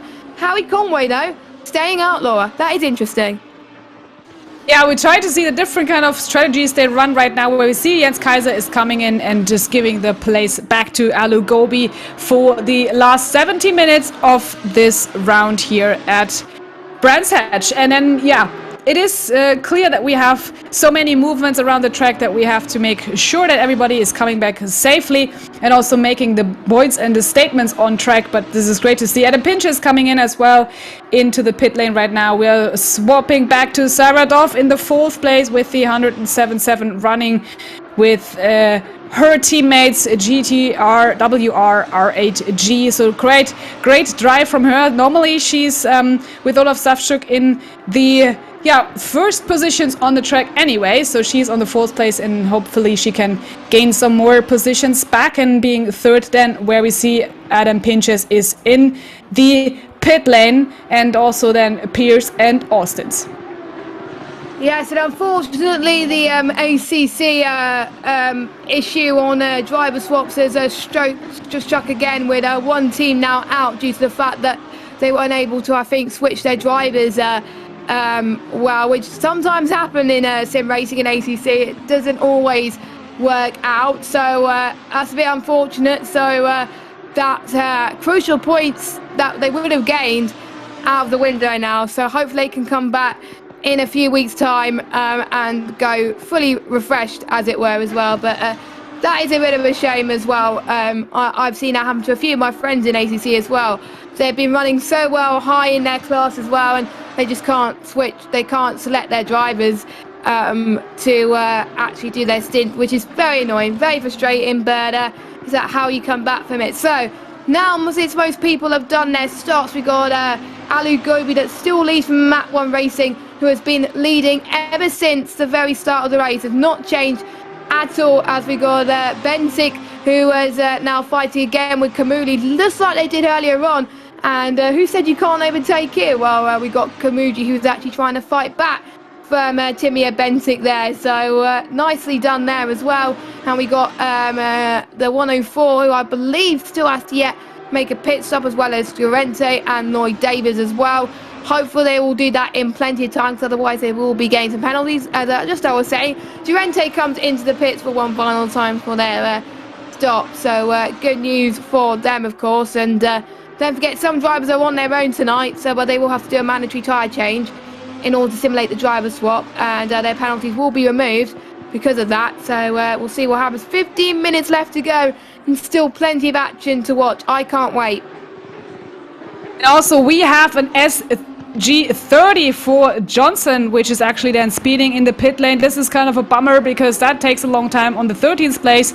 That would mean that she will be reached through for the other places. So this is kind of a bummer that the number 888 will get with Sarah Johnson this kind of penalty right now in the last 14 minutes of this race. Sophia Andren is on the 7th place, which is 17th place, apologies, for the silver class teams, followed by the number 152 car, which is Pierce on the back of her, and also running in a different class. Sam Pierce is going wild and furious, trying to overtake the silver class car, also within an M team. And yeah, Sophia Unrun had also a bit of a bumpy start in this kind of race, and then we have the overtake situation here for the number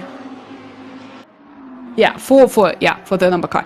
Althea Book is in the 150 on the 10th place, also under pressure.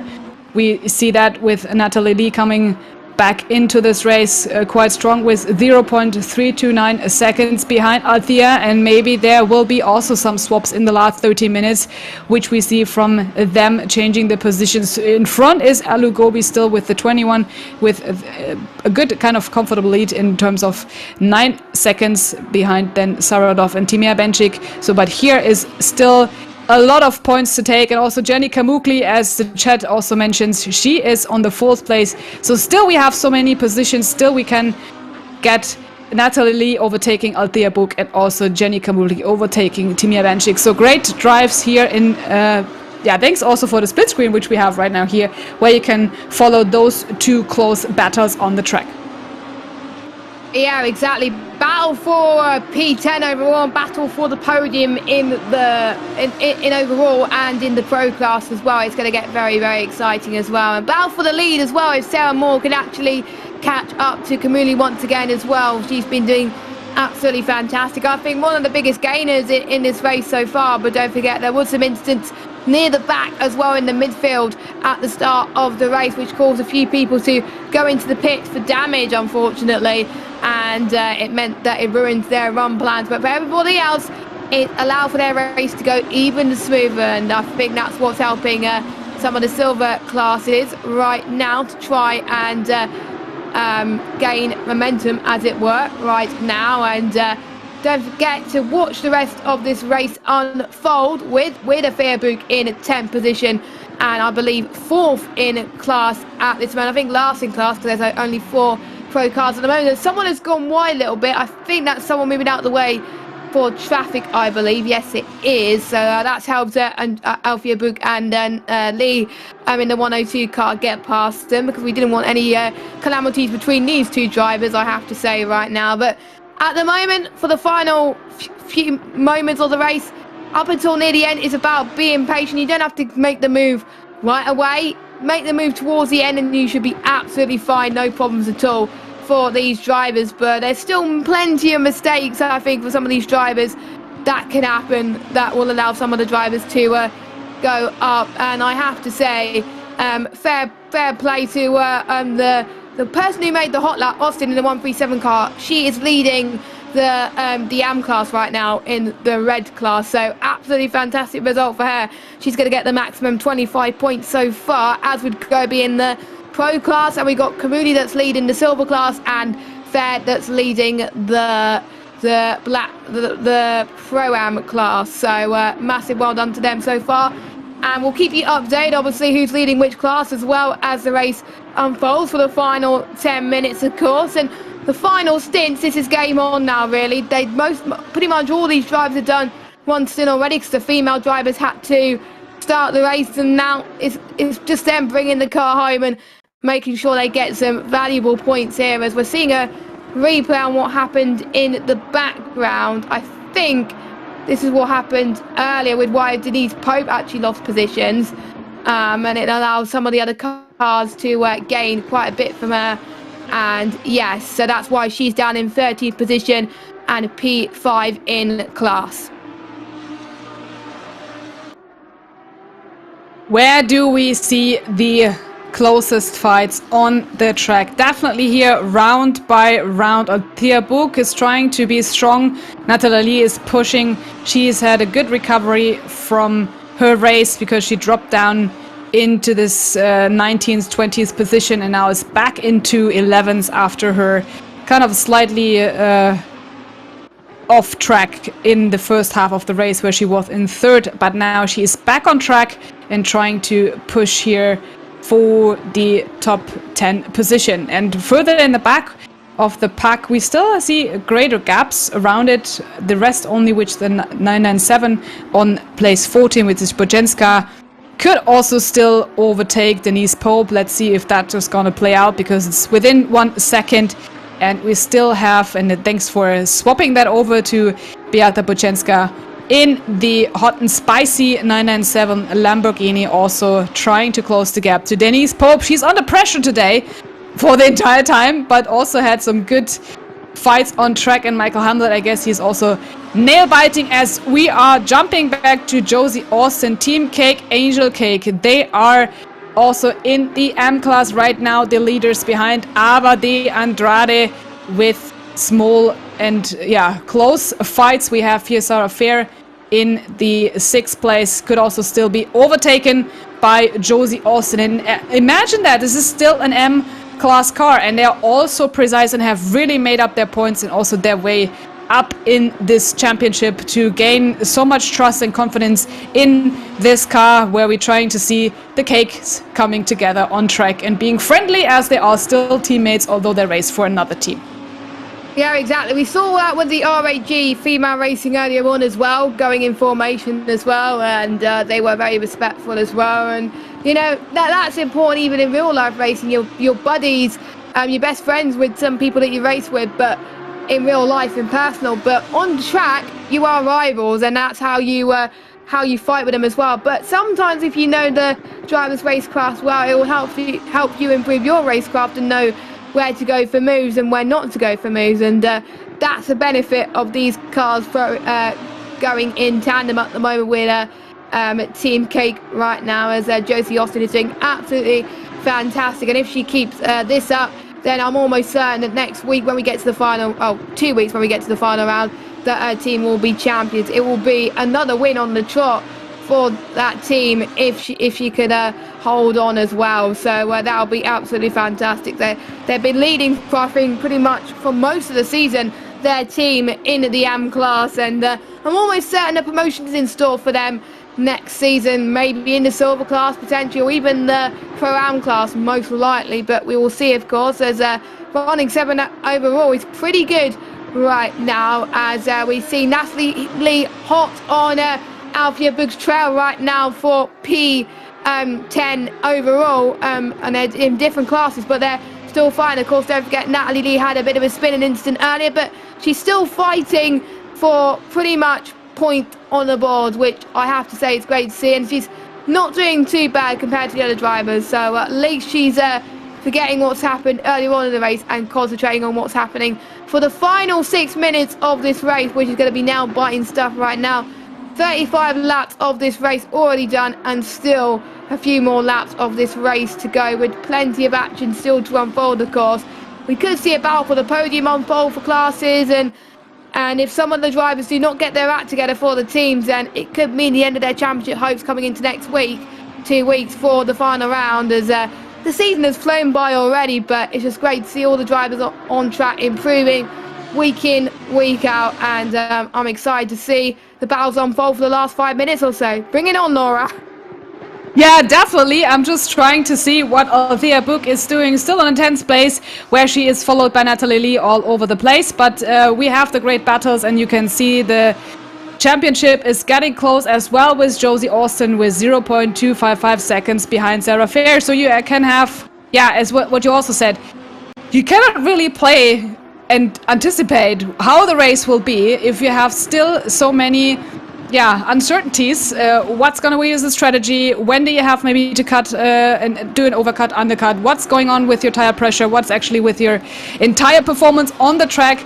And there could be still some incidents, but everybody just try to make it through as well from the start, getting through the pack and having these close fights on the track. This is what we want to see, and this is where you can still improve your own performance and have fun. This is what we're also waiting for, to get more females into the sport, trying it out, and not be like ashamed of saying, oh maybe God, I might need to just work on my timings. Doesn't matter, you just have your team buddy with you, and you just can improve and you can get better. And this is what we have seen, not over from season 1 until season 3, in all the seasons coming from all the different races.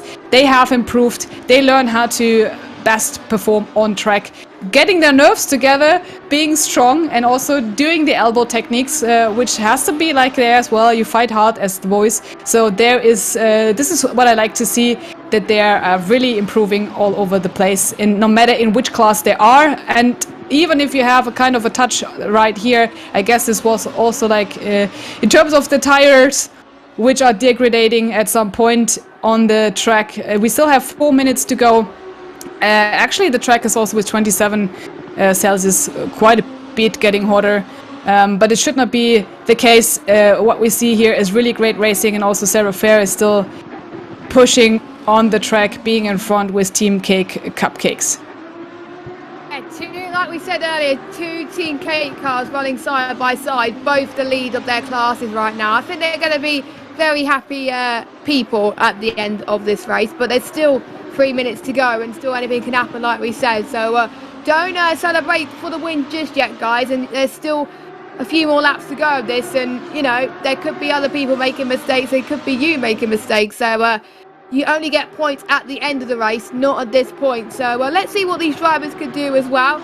And like we said, I don't think they're going to be fighting too much unless we got cars directly fighting for position in class, which they're not, unless you're adding a number 24 car as well that could be catching up very soon as well. But this has been a race for 2 halves. There's been some trained, I think, for the midfield, and then there's guys at the front just running their own race, whereas last week we saw about the podium with the likes of Sarah Dove and Kamudi as well, in the 101 car as well, and lots of other cars like Denise Pope, for example. They were fighting for positions too, so in the overall, whereas this time it's just been more about the midfielders. I think it's been the main story. That's been the main battle we've been following as well, and everyone else has just been quietly minding their own business. But I have to say, Benzik, she was lowered down to begin with. She's in a podium spot now in the 977 car after the troubles from everybody else, and it just shows you don't give up in these type of races, because you could end up in a good spot to claim some important points, in particular for the likes of John Lacey's team that didn't score many points, and with Team Benzik scoring some points for their team, that can make the difference as well. Sarah Dove scoring well for her team too. It could mean anything for these drivers to score high up in the points, of course, but we shall see what happens. And we are about to finish for the penultimate time of this race, and it's going to get very exciting for the midfield. Let's see what the Team Cake teams can do on these final few laps. Could they give a show for the crowds, or are they just going to be patient? If I were them, I would give a show for the crowds, but only when there's space, of course. Definitely. Sometimes they also want to do the finish line, which is like a photo finish, which we also have seen. But I guess they will not really attack as they just did it in the last rounds, not as well, because this is a team internal kind of, I guess, discussion coming up later if you try to overtake. So I guess they will stay as they are right now with no failures and no problems that you just maybe miss on track and have a misleading breaking point where we still see the leaders. I mean, they're strong and they are strong in all the races which we have seen. Alu, Gobi and Jens Kaiser. Outstanding map 1 racing in the pro class. No mistakes on track, really precise and always on spot.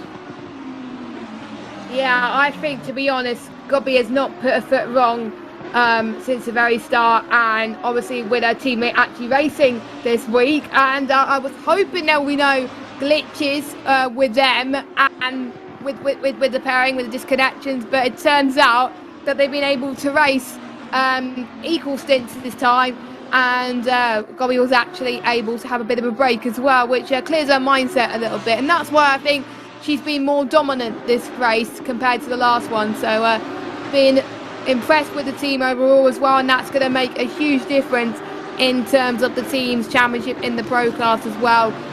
They were leading it, I believe, and they're going to, I think, be one of the favourites to actually win the class overall next in a few weeks' time. So not that long to go until she completes her lap. She could drive easy for a little bit, but there's still 11-second gap, but you could not push too much and still cross the line in first. That's not a problem. There's still some lapped cars in front of her that hopefully that shouldn't affect her too much. But hello Gobi for the second time in a row. She didn't think she was going to win today, but she is. She wins in Brands Hatch just like they did in Kyalami. It's a win for Map 1 Racing, and Sarah Dove, another driver that's performed astonishingly today. Never put a wrong foot wrong either. Stayed in second throughout the entire race. Could not challenge for the win, but I'm sure that her team will be very happy with second position. And what a comeback for Arnage Competition for Tina Benchik. Third position overall, third in class. Absolutely fantastic. And I'm sure they're going to be very happy with that, getting the overall podium as well. And after the issues that they had a few weeks ago in Kyalami, this is definitely a step in the right direction for the team 977 car. So well done to them. And I'll let you take you through the silver class as they are about to cross the line. Yeah, Jenny Kamukli, really brilliant drive from her, with Jerry Lipponen, who was also kind of furious on the chat, mentioned that they won now the silver class in front of our famous Sarah Moore with Aurelian Cross in the 26 car coming on top of it, gaining the second position in the silver class. We have Josie Austin, and she's standing there, and hopefully that is not a problem with the car in general, because we want to see that Sarah Fair is crossing the line right now for the first Pro-Am class win with Sebastian Handler together, also where we see then Ava Di Andrade coming in second for the M class, and she's really happy together with Gabriel Garinte, a new teammate for today, winning actually the M class right now, because we have seen the problem with Josie Austin's car, and I hope that this was not due to the lack of gasoline they had in the car. Yes, I have seen a few instances where it's just a calculation, they get it wrong. I think we saw it last week as well, where there were a few cars that ran out of fuel as well. So easy to do as well, because I know there's some drivers that are not good at maths, so you got to be accurate in terms of those things. So I know there's some people that like to burn a bit more fuel at the start or towards the end of the race, so you know, they just got to balance that as well. So we'll give you a rundown of the overall standings that we got. Gobi that wins for the pro class for Map 1 Racing, excellent stuff. And Sarah Dove taking second place, Benedict in the third. We got Community that wins 25 points for the silver class, with Sarah Moore in second place. Obviously we got Fair that won for the Pro-Am class. She is 6th overall. And in the Am class, Josie, I'm just trying to see who won that, 'cause I'm sure someone ran out of fuel as well. So it's tough to call for that one. But some great stuff overall. And with Denise Pope not scoring much for her team with Michael Hamlet, it means that all championships will be going down to the wire in a few weeks' time, and that's what we wanted to see. But with some of the championships, I think if they just keep up what they're doing, like with Gobi, who's won again, then they would win the championship in a few weeks' time. It will take a miracle for the other teams to do it, but we've seen situations in both GT and in single seasons where so many things could go wrong for the championship leaders, and that could drop them down to like second or third in the standings. So yes, and hopefully we'll get some few people in the interview box, which we got quite a few people wanting to talk to us, which is always good news. And we'll let Laura speak to the first couple. So take it away, Laura. I would say we start with the M-class leaders, and this would be Ava De Andrade and Gabriel Gerinte. You have won the M-class. What a ride. And actually, I just want to talk about it. This was like a nightmare in the end, where we said, what has happened with Josie Austin? Was it the fuel problem? But a great drive from you. Explain how you felt about the race. Yeah, so it was really a great race. I don't like that track very much, but we had very good stints, very consistent, and yeah. No, there was one spin from Gabriel, but it was okay. And then we just we saw that there was one car that disconnected apparently, and then at the end, Gabriel saying just Josie is out of fuel. That was great. Yeah, we got quite lucky with this race, but anyway, we take that win for sure. Yeah. But as you said, you didn't like the track. You were pretty fast, and this is what I can say. And Gabriel Gerinte, I'm pretty sure that you were first joining this series. Am I right? Yep, this was my first race in this league with this car, actually. So pretty happy with the result. How often did you actually both train together? Because that's always the important thing, and it comes last minute in. But I hope that you had enough training times, because I've seen that you were pretty constant on track. Yeah, actually we are used to race together, but we have a third member in our team who was driving in this league, but tonight he was going out. So in the afternoon, I got the call to make the race tonight, so just train a little bit and let's go. Perfect, pretty last minute. Yeah. Actually, when we look into and that is my last question, when we look into the next race, I mean, nobody can actually predict what racetrack it would be. But if I would ask you both, what would you vote for? Which racetrack would you vote for? Personally, I don't really know. There are many tracks that I like on ACC, like Kyalami, but with the Super Trophy, it's really unpredictable. Like Kyalami was a disaster for us, even though I like the track a lot. But maybe Zandvoort, why not? Why not Zandvoort? Perfect. We will see, and hopefully see you both back on track. Congrats again for winning the M-Class. Ava De Andrade and Gabriel Gerinte. Many thanks for you both. Thank you. And I would say, without further ado, we're just trying to find the others in the chat. And we have seen that we could maybe talk to Verena May, because they were third. But I'm not sure who is her teammate for the silver class. But I just pick Verena May right now and leave this to Jess Ball. And maybe, Verena, you can also tell who is maybe your teammate Trevor Jackson. I'm not seeing him on the waiting chat right now, but probably we'll just talk first to you, and up to you, Jess. Thank you. He did not too bad in the race today. Was it harder than you expected in the Brands Hatch circuit?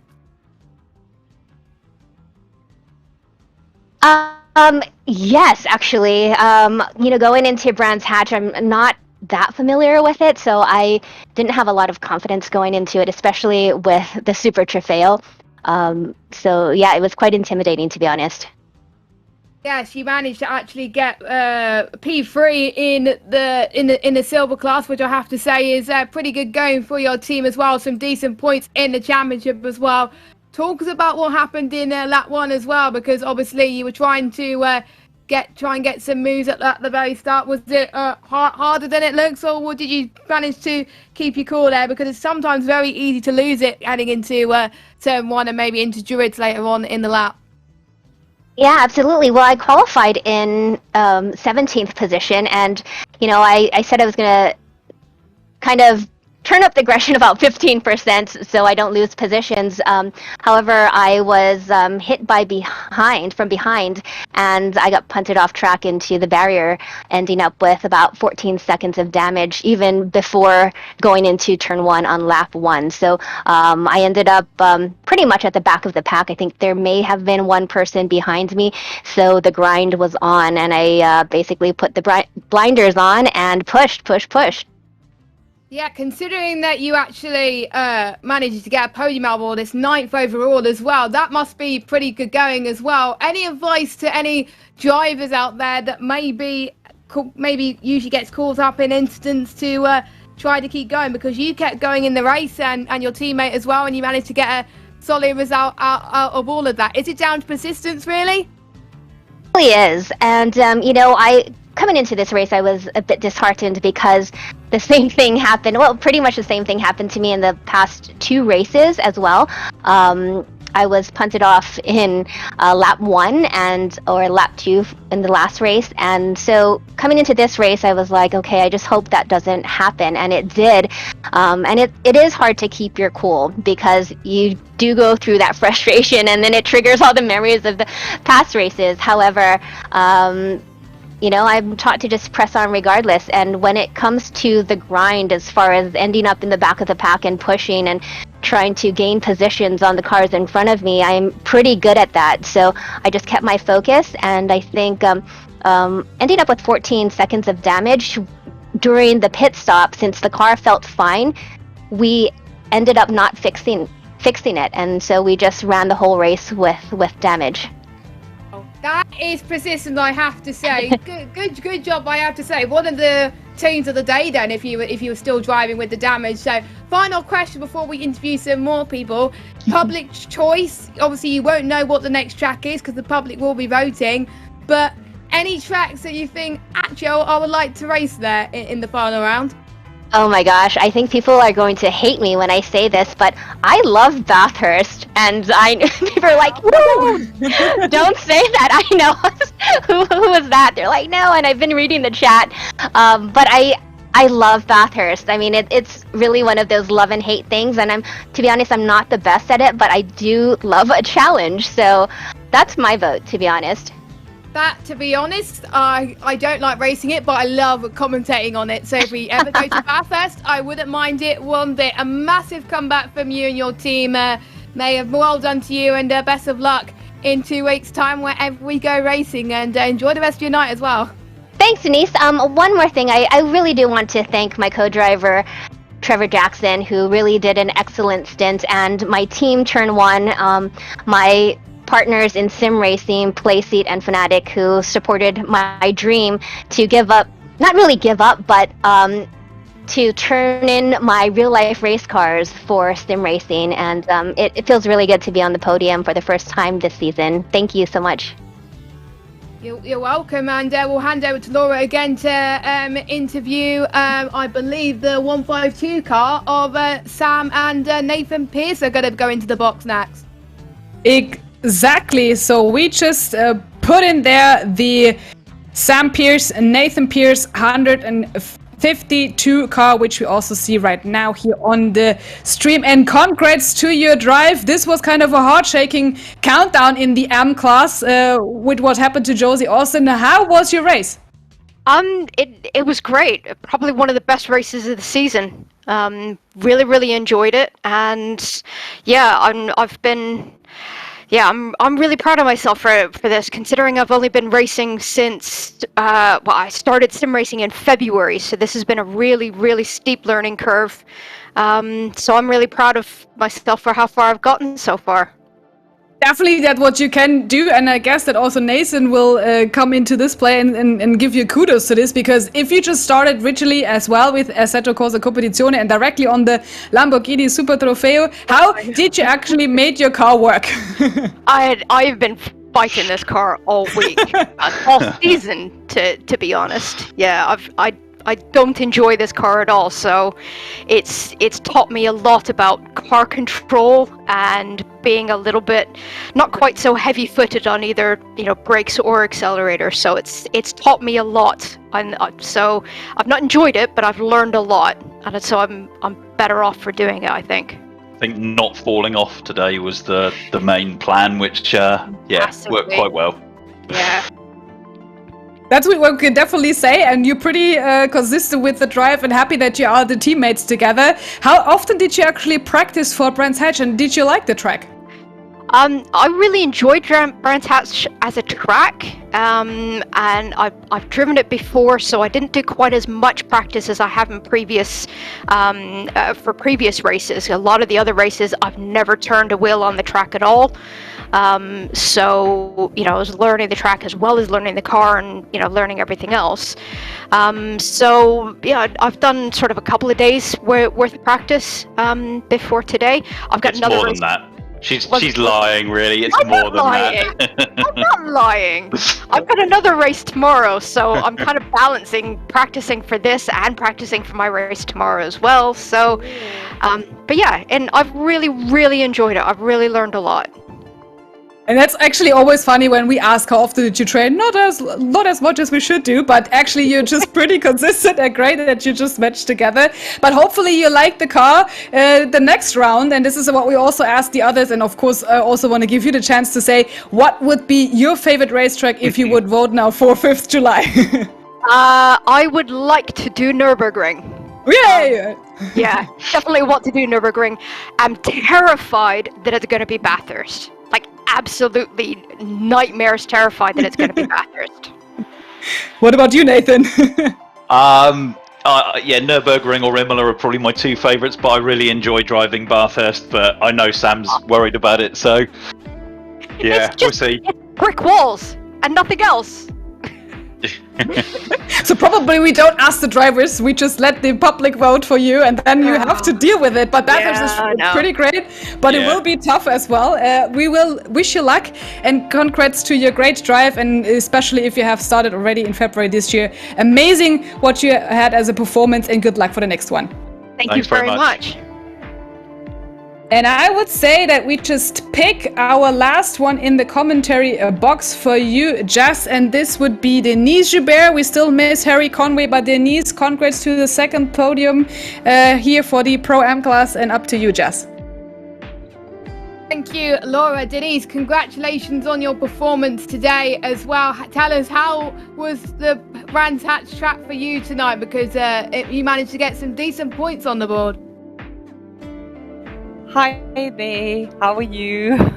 Yes, tonight was really well. Everything went very smooth. We practiced a bit, and I just want to say thanks to my teammate Harry. He did very well as well.